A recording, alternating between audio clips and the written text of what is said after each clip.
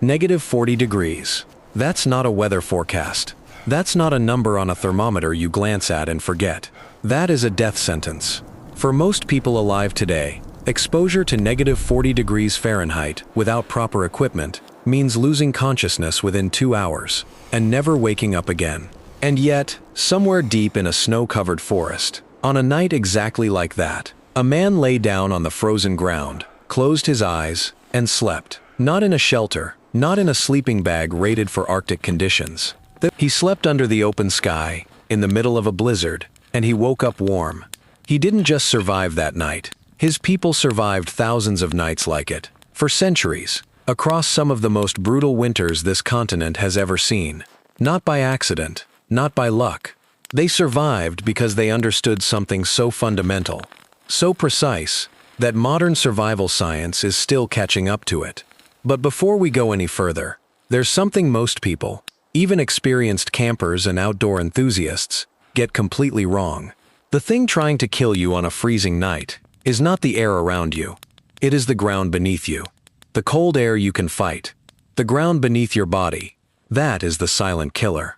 Hold that thought, because what comes next will completely reframe everything you thought you knew about staying warm.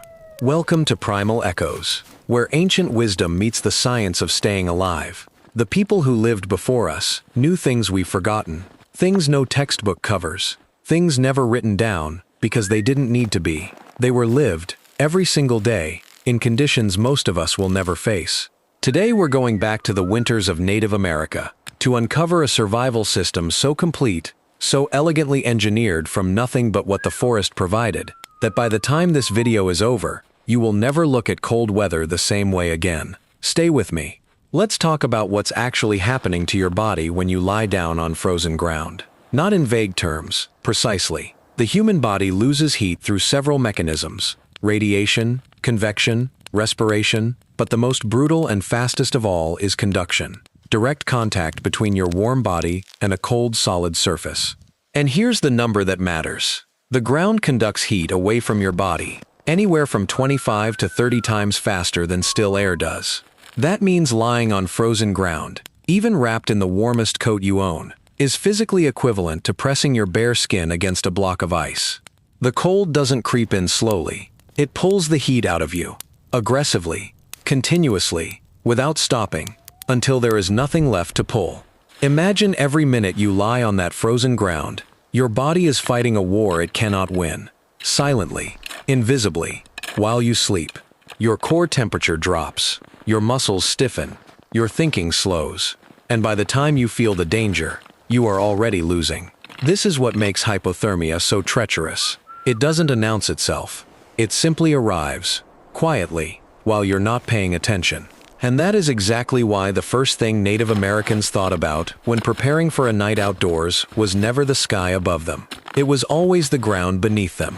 Always. They didn't learn this principle from a lecture or a textbook. They learned it from watching, from losing people, from the nights when someone made a mistake and didn't come back. That knowledge, paid for in lives, became the foundation of everything they built. And what they built was extraordinary. The process began not with gathering furs or lighting a fire. It began with clearing the snow, pushing it aside to form low walls that immediately blocked wind from reaching the sleeping area at ground level. Already, before a single branch had been laid down, the microclimate of that small patch of earth had been changed. Nothing in this system was accidental. Then came the first layer: thick branches, sometimes small logs, placed directly on the bare frozen ground. Not for comfort. Their purpose was purely structural, to lift everything above the Earth's surface and create a critical gap of still air. Because air, when trapped and unable to move, is one of the most effective insulators in nature. On top of those branches came the heart of the bed, thick boughs of spruce or fir, laid tightly and overlapping like shingles on a roof. Largest branches at the bottom, smaller and fluffier ones toward the top, building a mattress 20 to 30 centimeters thick that breathed, held its shape, and trapped thousands of tiny pockets of air within its layers. Over that, a final layer of dry leaves, grass, or moss filled every remaining gap. When a person lay down, the bed compressed slightly but never collapsed. The elasticity of the branches preserved the air pockets and kept the sleeper suspended above the deadly cold of the earth. Body heat did not drain downward. It radiated back. On the treeless Great Plains, the same bed was built from thick bundled dry grass shaped into a deep nest. The materials changed. The principle never did. But here's what no survival manual ever tells you. All of this ground insulation, as brilliant as it is only the first layer of a system with multiple levels working together simultaneously. Remove any one of those levels, and the entire system begins to fail. The bed alone will not save you. And the next piece of this system, the one that goes on top of you rather than beneath you, involves a science of materials that Native Americans had mastered centuries before the word insulation ever existed in the English language. Bear fur looks impressive. It's thick, it's heavy. It carries a kind of primal authority that makes you feel warm just looking at it. And if you had told a Native American hunter that bear fur was the superior choice for a sleeping blanket, he would have looked at you with patience, the kind of patience you extend to someone who simply doesn't know yet, and then explained why sleeping under bear fur in the deepest cold of winter could cost you more warmth than it gave you. Because not all furs are the same, and the difference between the right fur and the wrong fur on a night at -40 degrees is not a matter of comfort. It is a matter of waking up. What they had developed was a material science of animal skins, built not in laboratories, but through generations of observation and lived consequence. What they discovered was counterintuitive. The animals that looked the warmest were not always the ones that kept you warmest. What mattered was not the visible outer coat, but the hidden layer beneath it, the undercoat. No animal on the continent produced a denser, more thermally efficient undercoat than the beaver. Beaver fur is so tightly packed, it is nearly waterproof, trapping air so close to the body that almost no heat escapes through it. Deer and moose hides were prized for a different reason. Their guard hairs are hollow, not just thin, hollow. Each individual hair is a tiny tube of trapped air, making a deer hide, at the microscopic level, thousands of miniature insulators working in parallel. 2 or 3 sewn together, created a sleeping envelope that could hold a person's body heat through the most brutal night. The bison robe was the great blanket of the Plains tribes, large enough and heavy enough to cover an entire family, unmatched in raw thermal mass. Rabbit skin blankets completed the hierarchy, surprisingly light, surprisingly warm, soft enough for children and elders. But the fur was only as good as the hands that prepared it. A woman in a northern tribe might spend weeks working a single large hide, scraping, kneading, treating it with natural oils until it moved with the body even in deep cold. A poorly tanned hide stiffened and cracked in freezing temperatures, losing most of its insulating value. Every fold she worked into that leather was an act of love and engineering. People slept with their heads inside these fur cocoons, exhaling warm air into the enclosed space and breathing it back in, a closed-loop thermal system that worked because the materials had been prepared to make it work. The bed beneath and the fur above, that's 2 layers. But here's what no survival manual ever tells you. Each layer multiplies the effectiveness of the others. They don't just add together, they compound, which means the next element, fire, wasn't just about warmth. In the hands of the Native Americans, fire was an architectural tool. They didn't build fires to see. They built fires to think. The most well-known structure was the nadia, the long fire. 2 large dry hardwood logs stacked one on top of the other, with kindling between them for airflow, lit at one end and allowed to burn slowly along their length.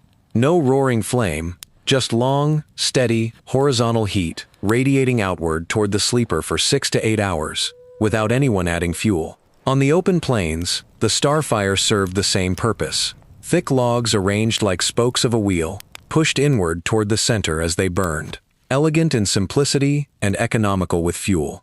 And on the opposite side of the sleeping area, a reflector wall, built from logs, stones, or compacted snow, caught the heat that would otherwise have dissipated and redirected it back. The person lying between fire and reflector received heat from 2 directions simultaneously. It was not a campfire.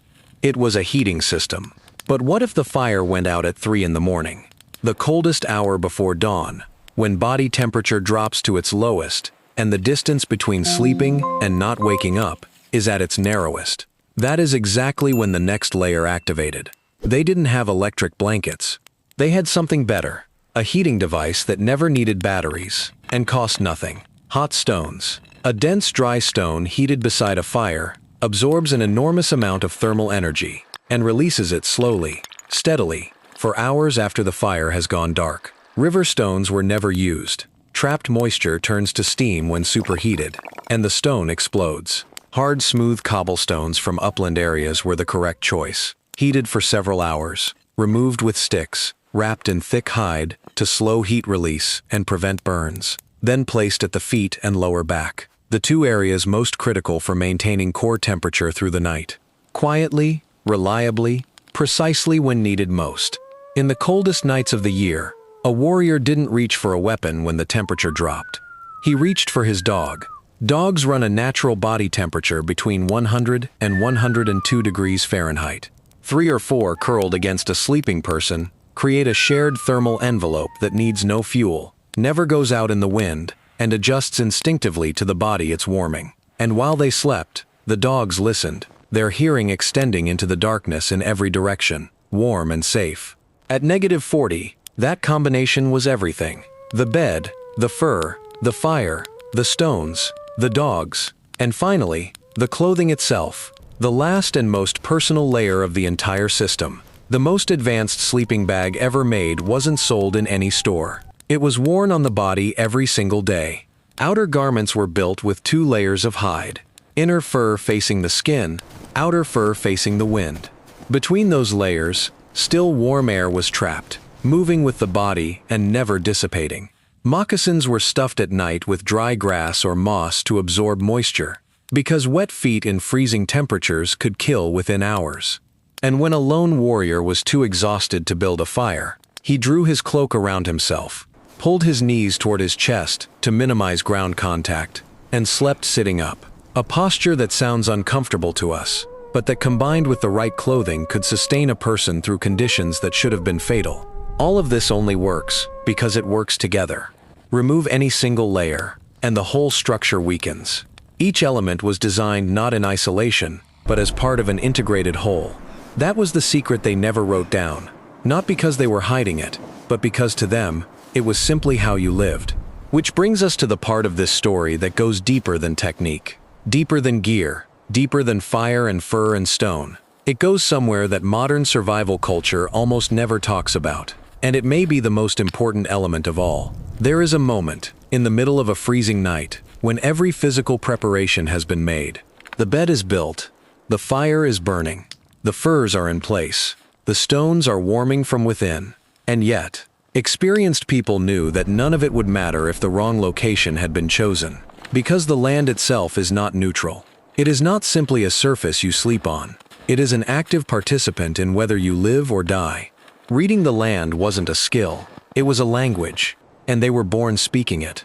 The first and most relentless enemy after cold itself is wind.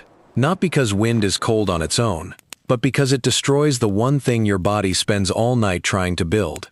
A thin layer of warm air directly around your skin. Wind strips it away in seconds, forcing your body to rebuild it continuously, spending energy and heat it cannot afford to lose. The first question an experienced person asked when choosing a sleeping location was never, "Is this flat?" It was always, "Which direction is the wind coming from, and what will block it?" A dense stand of spruce or fir was the ideal answer. Low-hanging branches fragmenting airflow into weaker currents, keeping the temperature beneath their canopy several degrees warmer than open ground nearby. Several degrees doesn't sound like much until you understand that at -40, several degrees is the distance between manageable and fatal. The leeward side of a hill, a shallow ravine, the sheltered base of a boulder, all of these were read and used with precision. But there was one terrain feature experienced people consistently avoided, and it surprises most people when they first hear it: the bottom of a valley. It feels sheltered, below the wind, surrounded by rising ground, but cold air is denser than warm air. It sinks, flows downhill like water, and pools at the lowest points of the landscape through the night. By the hours before dawn, a valley floor can be 10 to 15 degrees colder than the slope just above it. The right choice was always the middle of a leeward slope. Not the exposed summit, not the pooling valley floor. Finding that combination in the dark, in the cold, in unfamiliar territory, required a spatial intelligence built over years of moving through the land in every season.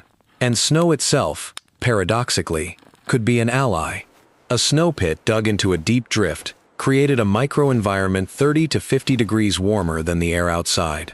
Snow is approximately 90% air by volume. That trapped air insulates with surprising efficiency, and the walls block wind completely.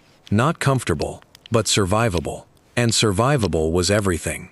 Then there is the dimension of this system that modern individualism makes almost impossible to fully appreciate. We are trained to think of survival as a personal achievement, something you accomplish alone, through your own skill and gear. But for the indigenous peoples of North America, survival was never an individual project. It was a collective one.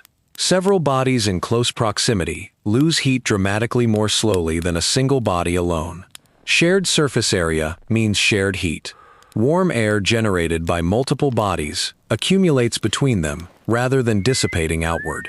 In tipis and longhouses, families slept arranged around a central fire like points of a star, feet toward the warmth. The most vulnerable, the very young, the very old, the injured, were always placed at the center, surrounded on all sides by the body heat of adults. Not at the edges where cold crept in, at the center, where warmth was deepest. This was not sentiment, it was strategy, though over generations, it had become both simultaneously.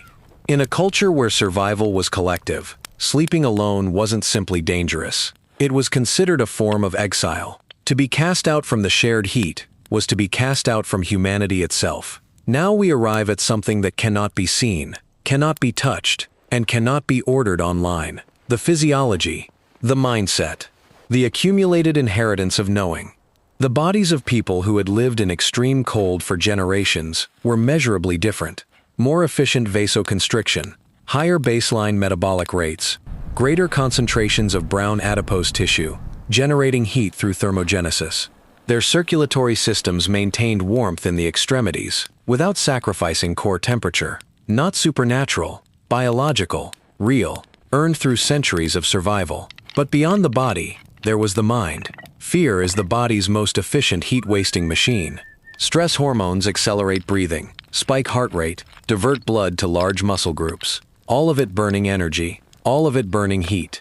A person lying down in panic burns through thermal reserves faster than any wind could strip them away. Calm, by contrast, genuine, practiced, experience-earned calm, allows the body to operate at its most efficient. The people who had grown up in this cold, taught from childhood not to fear the frost, but to understand it, brought a physiological stillness to a freezing night that was as protective as any fur blanket. They did not perceive the cold as an enemy. It was a condition of their world, a familiar one. And familiarity, in the cold, is a form of protection. And then there was the knowledge itself, the vast, unwritten, living encyclopedia that was the true inheritance of every person born into these communities. None of these techniques were invented by a single person or discovered in a single generation. They were accumulated, tested, and refined across centuries. Paid for, in some cases, in lives. What remained was filtered through generations of consequence, passed down through stories, through demonstration, through elders showing children how to lay a branch bed or read a hillside in the dark. It was not theory, it was truth, confirmed by survival itself, distilled into practice so refined it no longer felt like knowledge at all. It felt like instinct. Every technique in this video wasn't invented by one genius. It was earned through generations of people who didn't make it through the night. Their mistakes became your knowledge. Their deaths became your survival. And the least we can do, standing here on the warm side of history, is understand what they built and hold it with the respect it deserves. We've covered the techniques, the materials, the fire, the stones, the land, the people. But let's be honest about what we've actually been looking at this entire time. This wasn't survival. This was civilization, built not from concrete and steel, not from factories and supply chains, but from observation, patience, and an unbreakable bond with the living world. A civilization that asked a different question than the one we ask today. We spend billions of dollars every year designing gear to protect us from nature. Waterproof shells, insulated boots, heated sleeping pads. We treat the cold as an adversary to be defeated with the right equipment. They spent generations learning to be protected by nature, not from it, by it. The spruce tree was not an obstacle, it was a wall. The snow was not a hazard, it was insulation. The stone was not a rock, it was a heater. That shift in relationship, from fighting the natural world to reading it, understanding it, and moving within it as a participant rather than an opponent, that difference is everything.